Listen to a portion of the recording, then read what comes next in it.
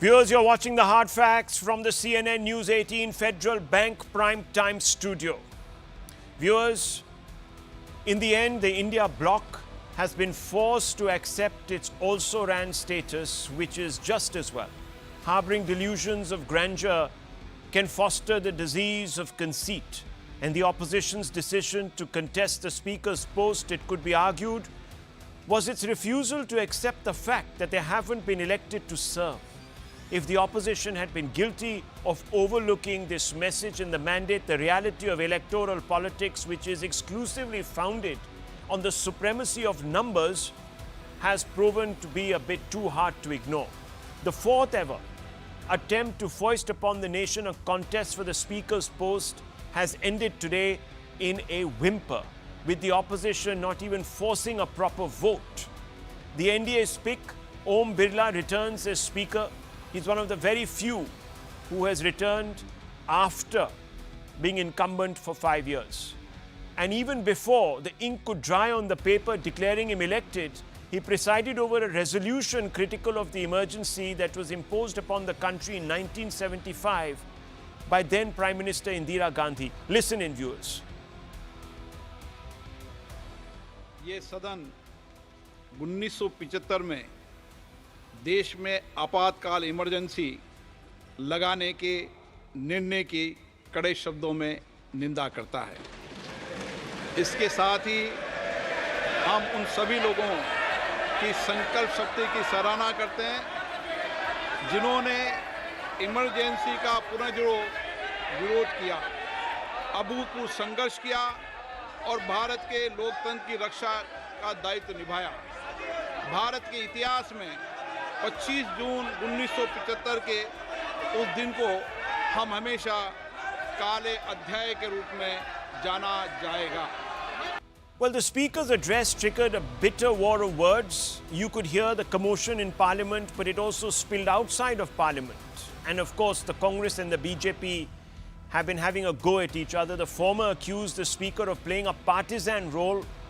In fact, it was Rahul Gandhi who made that allegation. The Prime Minister, on the other hand, hailed the Speaker for reminding the nation, particularly the youth, about what really happens when the head of the executive turns into a dictator. Listen in, viewers. A lot of water has flown in the Ganga since 1975. Mrs. Indira Gandhi has expressed regret over it, and was defeated in an election in 1977 and won an election in 1980 to come back as Prime Minister. But the BJP must stop driving a car only by looking at the rear view mirror. They must have a forward-looking agenda. आज जो प्रस्ताव आया है सरकार की तरफ से, मैं उसकी निंदा करता हूं, भर्त्सना करता हूं इस बात के लिए कि एक तरफ तो आप सहयोग की अपील की बात करते हो, मिलजुल कर सदन चलाने की बात करते हो और पहले दिन आग लगाते हो। मैं सिर्फ ये कहूँगा, जो कुछ भी आज हुआ है वो सरकार का एक सोचा समझा एजेंडा है कि सदन न चलने पाए। मैं ये जरूर कहूँगा कि आज जो अघोषित इमरजेंसी है, ये संविधान में कहीं इसका जिक्र नहीं है। Well, the Prime Minister, viewers, tweeted and said that he was proud of the Speaker for having actually raised this issue. Now, if the idea was to deflate the Congress party's Save the Samvidhan campaign, then it had perhaps the desired impact. Presented with its own record of undermining the Constitution, the Congress had nowhere to hide, and worse, found itself isolated as its closest India bloc allies, the Samajwadi Party, the TMC, the DMK, refused to back its criticism of the emergency resolution that was moved in the House at the instance of the Speaker. Yes, viewers, the SP and DMK support emergency resolution. SP, DMK and TMC didn't join in the Congress's protest. The Congress's disdain for democracy didn't only reveal itself during the emergency, viewers, as we all know. The party has undermined the spirit, if not the letter, of the Constitution on a number of occasions. Let me run you through some of those occasions, viewers, as they stand out. The first Constitution Amendment Bill, 1951. At that time, Mr. Nehru was the head really of an interim government, not an elected government. And that watered down free speech, viewers, the provisions of free speech, as you know. Article 35A, 1954, introduced in the Constitution via presidential order, provisions added as appendix, not amendment. Nehru government did not present it to Parliament even, viewers. Can you believe that? Emergency in 1975, when Prime Minister Indira Gandhi clamped a national emergency, opposition leaders were arrested, jailed. Elections were postponed, anti-government protests broke out, and those protesters were crushed. The press was censored. Many journalists and politicians and protesters were jailed. Some laws were even rewritten to suit the government. Then there have been a number of incidents of president's rule and state government dismissals using Article 356, which allowed president's rule. Congress used it 90 times to dismiss state government's viewers. The Shah Bano judgment of 85. The Supreme Court ordered Shah Bano's ex-husband to pay maintenance under Section 125 of the CRPC. Rajiv Gandhi-led government passed the Muslim Women Protection of Divorce Rights Act, nullifying the Supreme Court order. Viewers, there have been many other instances. There have been summary jailings of protesters. At one go, 9,000 viewers under the UPA. Let's open this up. And that too under sedition, viewers, which today the Congress party has an anathema to. So the fundamental question is this Save Samvidhan proclamation, this endeavor, this campaign of the Congress been punctured when you hold up to the Congress its own record? And I want to begin first with the Congress leader here, Mr. Bansal.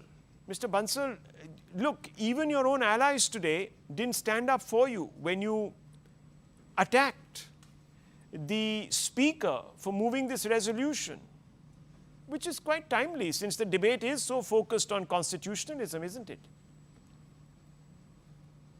Now, let me just say that as far as I think in all fairness, the debate should have started on a very fair note. And that particularly coming from the Speaker, who's assumed and presumed to be non-partisan.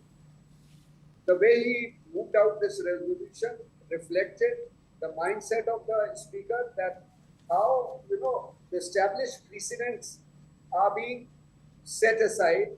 So this is highly, and in fact, it was the first day of Parliament. It should have started on a friendly note. It should have started in the vote where there would have been, sort of a consensus needs to be emerged in times to come, and this is what participation of democracy, opposition's participation is considered. It could have, the way it started, I think it was highly, it speaks the mindset, it's belittling, the traditions of Parliament, and as far as our allies notwithstanding, everybody, we have a democracy. On broader issues, we participate, we develop a consensus. So to say that our allies didn't stand up or they didn't join us in united, I don't think that's very significant. Okay, if consensus is really what you're looking for, then Rahul Gandhi did two things which didn't signal that. And yes, I want to bring in the former Rajya Sabha member of Parliament also with us, Mr. Pawan Verma. Mr. Verma, look, Rahul Gandhi could have also started the ball rolling by saying, okay, look, we are not going to contest the Speaker's post. We're not going to put up any candidate, number one. Number two, he could have also informed his own allies, talking about consensus, when he actually picked Mr. Suresh to be the candidate from the India bloc side. We all know that they weren't taken into consideration, their opinions. I would like to... No, one second, sir. Let's be peaceable. Yes, Mr. Verma. Thank you, Rahul. I'm a little bemused that the Constitution has suddenly become the most revered documents in the hands of all those who are elected representatives, be it in the opposition or on the ruling benches. The Constitution is a piece of paper. Unless you actually infuse it with the spirit of democracy, which is its intent and basic structure. Now, it's absolutely right to say that the Congress has not had a clean record in terms of preserving the spirit of democracy. We know that during the decades of Congress rule, the irony was that the provisions of the Constitution itself were used to subvert some of the fundamentals of democracy, and for shortage of time I can only quote the misuse of Article 356. We are also aware, of course, of the emergency which was imposed in 75, which again was done under the provision of a constitution. However, I think there is a limit to which you can keep resurrecting the past as a shield to how the aberrations continue in the present under different governments. We must face the truth. Yes, the session could have begun by more consultation in the opposition. But it is equally true that the BJP could have extended a branch of cooperation by saying, the speaker will be from our party, the deputy speaker will be from the largest opposition party, for which there are many precedents. Thirdly, let us be honest with ourselves. Perhaps there has not been a formal emergency declared, but in the last 10 years, we have seen the Constitution being misused, Rahul, and please, as a fair journalist, bear me out. The Constitution means freedom of speech and expression and the right to dissent. Please ask your research team to check how many people have been arrested under the draconian UAPA for having been critical of Prime Minister Modi and Mr. Yogi Adityanath. Please ask yourself how many governments where the ruling party was in a minority have been toppled through money power and this great development of resort politics. Please ask yourself how the PMLA has been so strengthened under this rule that today the presumption of innocence has been reversed, which is the fundamental aspect of the Constitution. Please ask yourself, when you quote the ordinance on the Shah Bano judgment, what happened to the Supreme Court's judgment on the powers of the Delhi government, which were overruled by an ordinance by the same government which today is accusing the Congress? The citizen is entitled to ask that if these freedoms were important then and were violated, has there been no violation of these freedoms now? What about the independence of institutions? Has there been vendetta politics against opposition parties by the misuse of institutions which are meant to be independent and autonomous? Has the Election Commission of India become toothless or not? And for what reasons? These are questions that we need to ask. Were bills properly debated? Or were they pushed through by the brute majority of the ruling party? So while I do not condone for a moment the wrongs that were initiated during the Congress party rule, I must acknowledge, to be fair, that these aberrations have continued in a different garb even today, and perhaps the BJP is facing the consequences of a reduced majority precisely because of that. Okay, so you're saying they brought it upon themselves. Okay, one second. Dr. Ranganathan, yes, would you like to respond? And after that, the BJP national spokesperson. I can't hear you, Dr. Ranganathan. I think you might be on mute. Yes. Can you hear me now? I can. Can you hear me now? Yes. Yeah. Yes. No, I was just saying it's such a joy to be on the same panel as Pawanji and Bansalji and Mr. Anthony. So it's a great joy, and I think all three of them should be in the Rajya Sabha. But I want to say something that's... elected from Ranganathan. Let me just introduce myself. I don't intend going to Rajya Sabha. I am a grassroots worker who works, Well, good for you, sir. Good for you. Good for you. Nothing wrong in being elected to the Rajya Sabha. You don't become automatically disconnected from your roots. Pawanji will separate debate with you on that at another time. Yes, Dr. Ranganath. Not only that, we had a prime minister for 10 years who was a member of Rajya Sabha. So, Bansalji, you will be in exalted company. No, No, but look, I'm not Okay, being okay. critical It's of not. that. He was just being was on a a light. little. This is not the subject. Yeah, it's not the subject. Yeah. Thank you. No, look, what are the facts, Rahul? The facts are that the Congress is behaving like a playground bully.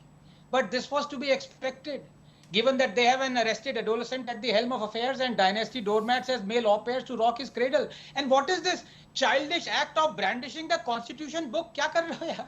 Who are you trying to fool? That's why I call them children of Goebbels, because it was Goebbels who said the first rule of propaganda is to accuse the other of what you are guilty of. They whitewash their own crimes with the help of their media stooges. They whitewash religious fundamentalism and fanaticism if the religion is not Hinduism. They whitewash application of draconian laws when it suits them. They peddle fraudulent reports that claim India is no longer a democracy. They say that we speak truth to power. But for them, only Modi is in power. Didi is not. Bhagwant Mann is not. Everyone else who is not BJP government or at the helm of affair a BJP government in a state is not. Look, no one has damaged our institutions, Rahul, and our constitution more than the Congress. Let us begin from his great-grandfather who dismissed duly elected governments at will, brought in the draconian First Amendment to curb free speech, arrested poets, jailed editors, banned books, censored films, outlawed even the humble harmonium for crying out loud. To his grandmother, who amended the constitution at will and proclaimed the emergency. To his father, who deployed commandos to raid newspaper offices throughout Rushdie's satanic verses. To finally his mother, under whose remote control ran a government that charged cartoonists with sedition. 8,500 activists, Rahul, were charged with sedition in a single day under the UPA. And the Home Minister Chidambaram called them quote-unquote anti-nationals.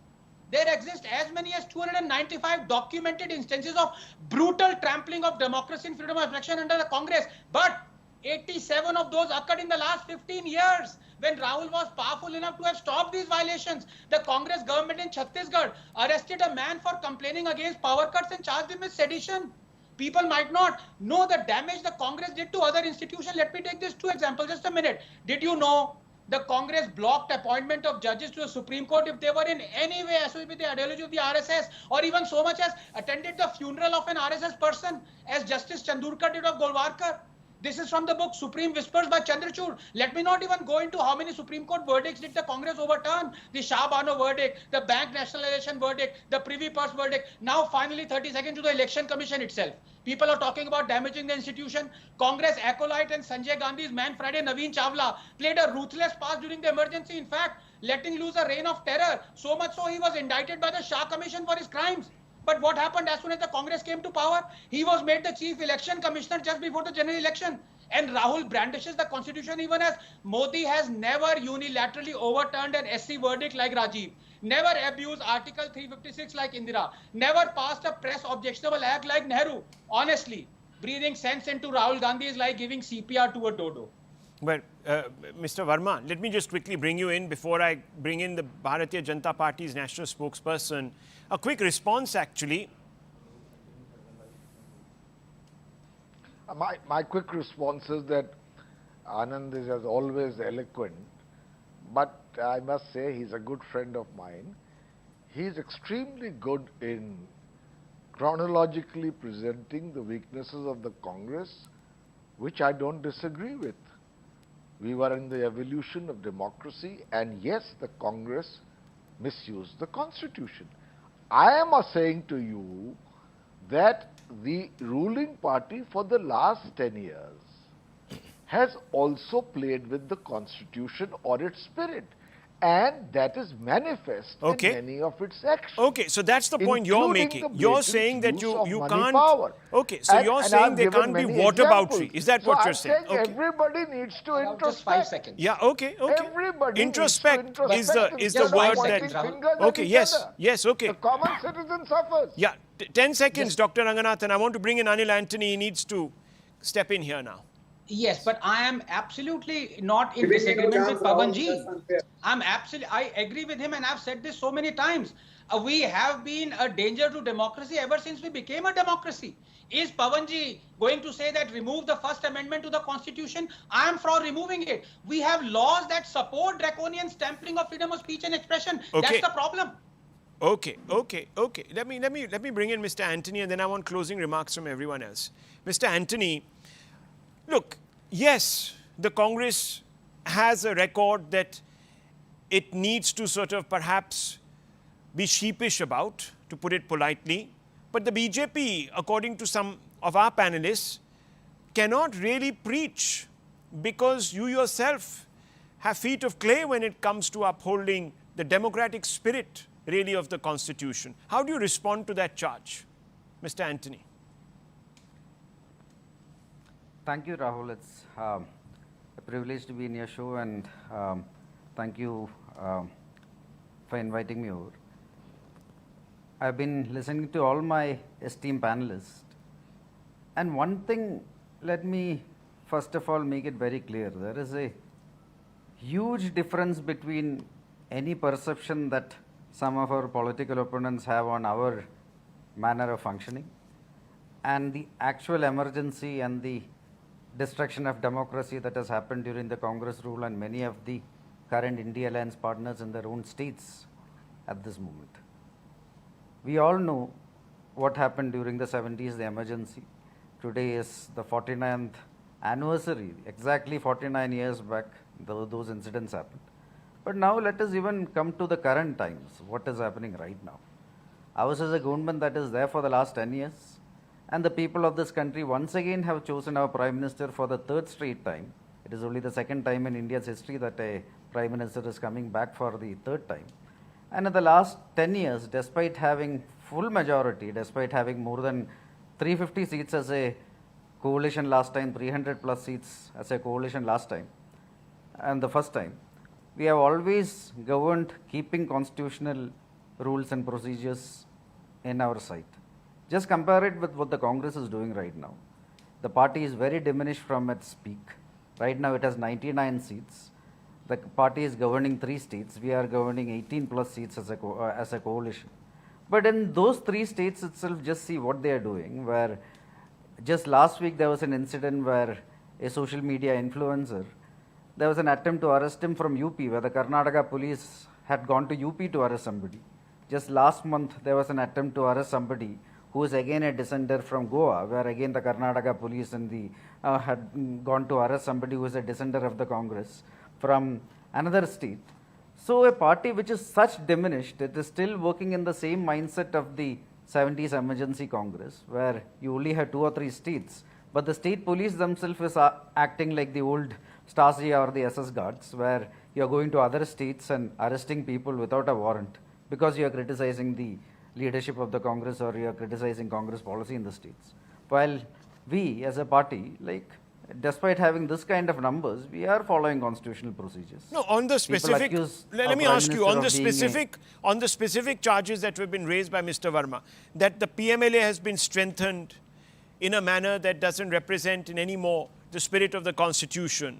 Number one, the ordinance that was brought in, you have been toppling governments through money, power, resort politics, so on and so forth. How do you respond to all of that? See, again, let us look at the actualities. Like in the 70s, 80s, 90s, how many, the Congress party, how many governments did it actually arbitrarily dismiss? By Mrs. Indira Gandhi, Mr. Rajiv Gandhi, when they were the Prime Minister, how many governments did they actually dismiss? And how we haven't done it. Right now there are law and order issues in multiple places, but we are still working with the governors, we are working with the law and order apparatus. There are multiple issues, but we haven't done that anywhere. Then PMLA, you talk about PMLA, the PMLA was bought by the first time. Governors, Pawan Verma says governors are being misused. Yeah. Governor's office has been politicized. See, let me finish. Okay, sure. Yes. So PMLA was a law which was actually bought by the UPA government during the UPA's time. We strengthened it because our Prime Minister, the first day himself, had made it very clear that we have zero tolerance to corruption. Then you talk about and UAPA. It has withstood the test of judicial scrutiny. Supreme Court looked at it. And UAPA again, these are all. Okay. And is currently under review. Let us not look into laws that are made for. See, there are laws which are meant to prevent corruption, meant for our national security purposes, but everything which we are doing it using constitutional provisions. It is not done using arbitrary manner like how the Congress used to do. And it is like right now, a lot of people, there are so many YouTube channels, there are so many journalists, etc., who are against the Bharatiya Janata Party, against our Prime Minister, who are sitting and abusing him every single day. But nobody has been, let's say, we are not arresting any of them. But at the same time, the Congress, with their diminished stage, they are still working where they are still going after people who are against them. Okay, it is still working in the emergency mindset. This becomes, so one thing, to sort of reduce it to 3 or 4 colloquial letters, a tu meme debate at the end of the day, doesn't it, viewers? It's a difficult one. I'll leave it at this, viewers.